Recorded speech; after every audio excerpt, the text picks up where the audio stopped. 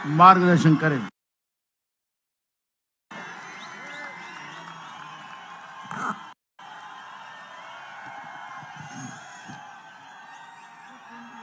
माननीय खरगे साहेब, पवार साहेब, राहुलजी, व्यासपीठावरील सर्वच मान्यवर आणि जमलेल्या माझ्या तमाम देशभक्त, देशप्रेमी बांधवांनो, भगिनींनो आणि मातांनो, राहुलजी, तुम्हाला मी खास धन्यवाद देतोय, अभिनंदन करतो, कारण तुम्ही आपल्या भारत जोडो यात्रेची सांगता महाराष्ट्रामध्ये आणि मुंबईमध्ये करत आहात।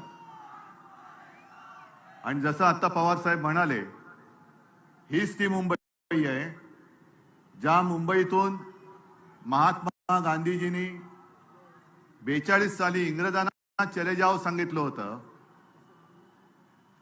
आज जी काही हुकुमशाही दिल्लीमध्ये आपल्याला लोकशाही मारण्यासाठी टपलेली आहे, तिला तडीपार करण्यासाठी आपण शिवाजी पार्क निवडलं, त्याच्याबद्दल मी तुम्हाला खास धन्यवाद देतो। खरं पाहिलं तर हा एक फुगा आहे, भाजपा एक फुगा आहे। आणि मला वाईट एका गोष्टीचं वाटतं की या फुग्यामध्ये हवा भरण्याचं काम आम्हीच केलं होतं।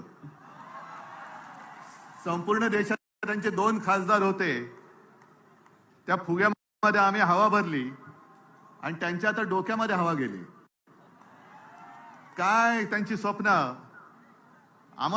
मला सुद्धा विचारतात तुमच्या किती सीट्स येतील, त्यांना विचारलं ते म्हणतात 400 पार। काय फर्निचरचं दुकान आहे काय? खुर्च्या बनवताय म्हणजे काय 400 पार म्हणजे काय फर्निचरचं दुकान काढताय? पण ही लढाई तुम्ही पाहिला असाल, आज देशभरातून सगळ्या राज्यातून महत्वाचे नेते इथे आलेत आणि आपल्याला असं वाटत असेल की ही परिस्थिती केवळ महाराष्ट्रामध्ये आहे, तसं नाहीये। काश्मीर पासून कन्याकुमारी पर्यंत ही परिस्थिती सगळी सारखीच आहे। ज्या वेळेला मला आठवतंय की आपण पहिल्या प्रथम ही इंडिया आघाडीची बैठक घेतली, तेव्हा मोदीजींनी सांगितलं होतं ही विरोधी पक्षांची बैठक आहे। आम्ही विरोधी आहोत, जरूर आहोत, पण आम्ही विरोधी आहोत ते हुकुमशहाच्या विरुद्ध आहोत, आम्ही हुकुमशाहीची विरुद्ध आहोत। जेव्हा मोदीजी तुम्ही आमच्या घराणेशाहीवरती आरोप करता, तेव्हा तुमचं घराणं मी प्रकाशजींच्या भाषेत बोलत नाही, पण तुमच्या परिवारामध्ये फक्त तुम्ही आणि तुमची खुर्ची एवढाच तुमचा परिवार आहे, बाकी परिवार आहे कुठे? आणि ही जी आपण लढाई लढतोय ती लोकशाही वाचवण्याची आहे, संविधान वाचवण्याची आहे। ज्या संविधानाबद्दल शिवसेना प्रमुख नेहमी सांगायचे की याची सुरुवात कोर्टापासून करा। कोर्टामध्ये ज्या वेळेला एखादा साक्ष द्यायला येतो किंवा कोर्टामध्ये एखादा काही स्टेटमेंट द्यायला येतो, तेव्हा जो येतो तो त्याच्या धर्मग्रंथावरती हात ठेवून शपथ घेतो, ते बाजूला करा आणि आपल्या देशाची जी घटना आहे डॉक्टर बाबासाहेब आंबेडकरांनी लिहिलेली, त्या घटनेवर हात ठेवून शपथ घ्या, हे त्या घटनेचं महत्व आहे। आणि यांना 400 पार त्याच्यासाठी पाहिजे, हे आता स्पष्ट झालेलं आहे। कारण त्यांचेच एक मंत्री, मला जर मी विसरलो नसेल तर आनंद कुमार हेगडे, तेच बोललेत की आम्हाला घटना बदलायची आहे म्हणून 400 पार करायचंय। तुम्ही किती जण बातम्या वाचता मला कल्पना नाही, पण काल मी एक लोकसत्तामध्ये बातमी वाचली, रशियामध्ये निवडणुका चालल्यात, पुतिन आणि त्यांच्या विरोधात कोण आहे? कोणीच नाहीये। कारण जे विरोधक होते एक तर तुरुंगात आहेत आणि बहुतेक सगळे देशाबाहेर त्यांनी तडीपार करून टाकलेले आहेत, लढायलाच कोणी नाहीये। पण दाखवतात कसं, मी बाबा लोकशाही मानतो, बघा मी निवडणूक घेतली, मला कोण समोर उभंच नाहीये तर मी काय करू? ही अशी सगळी परिस्थिती पाहिल्यानंतर आज आपल्या समोर एक वेळ येऊन ठेपलेली आहे, जे मी नेहमी सांगतो की देश हाच माझा धर्म आणि देश वाचला तर आम्ही वाचू। आपली ओळख, व्यक्तीची ओळख ही देश असली पाहिजे, देशाची ओळख ही व्यक्ती होता कामा नये। कोणी किती मोठा असला तरी त्याच्यापेक्षा मोठा माझा देश आहे, माझं भारत सरकार. आणि हे जे आता जाहिरात करतायत मोदी सरकार, म्हणजे तुमच्या डोक्यामध्ये काय माझ्या देशाचं नाव बदलण्याचं स्वप्न आहे? हे माझ्या देशाचं नाव आहे. आणि आजपर्यंत आपण अनेक अनुभव घेतले.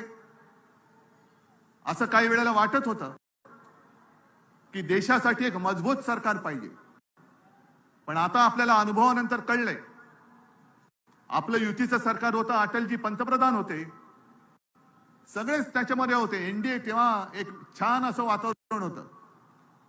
ममता, समता, जयललिता आपण सगळे एकत्र होतो आणि अटलजीने उत्तम प्रकारे आपलं सरकार चालवलं होतं. त्याही वेळेला देशाची परिस्थिती इंडिया शायनिंग, फील गुड असे दिवस होते. मग नरसिंहरावजी आले, त्यांनी चांगलं सरकार चालवलं. मनमोहनजी आले, त्यांनी चांगलं सरकार चालवलं. आणि आता हे जे आले 14 पासून एका पक्षाचं सरकार आहे, 14 नंतर 19, 19 नंतर 24, आणि आता ते सांगतात की विरोधी पक्ष 29 मध्ये अडकलाय. पण मी 2047 ची गोष्ट करतोय. कोणी राज्यकर्ता अमरपट्टा घेऊन येत नाही. आणि या देशाच्या जनतेसमोर हुकुमशाही किती मोठा असला तरी ज्या वेळेला सगळे लोक एकवटतात तेव्हा हुकुमशहाचा अंत होतो. आजच वेळ आलेली आहे. आणि हा शिवछत्रपतींचा महाराष्ट्र आहे. आपला जो इतिहास आहे, आपला इतिहास हा तोडाफोडा आणि राज्य करा असा जर का असेल तर जो आपल्यामध्ये फूट पाडतोय त्याला तोडा फोडा आणि त्याच्या छाताडावरती राज्य करा हे दाखवून देण्याची वेळ आलेली आहे. आणि जसं तेजस्वीजी तुम्ही एक नारा दिला तसा मी पण एक नारा हल्ली देतोय सगळीकडे. कारण ते जे म्हणतात अबकी बार, मी म्हणतो अबकी बार भाजपा. आणि त्याची सुरुवात ही आजपासून झालेली आहे. आणि मला खात्री आहे शिवतीर्थावरून जेव्हा रणशिंग फुंकलं जातं, हातामध्ये मशाल घेऊन रणशिंग आपल्याला महाराष्ट्रामध्ये फुकायचं आहे.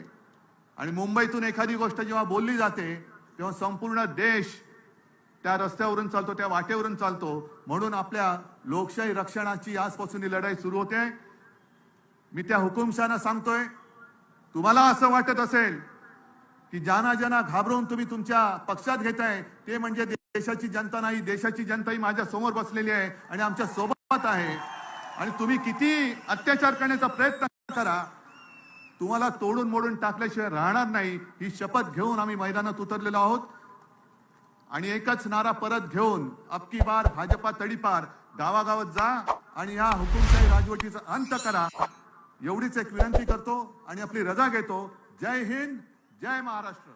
धन्यवाद.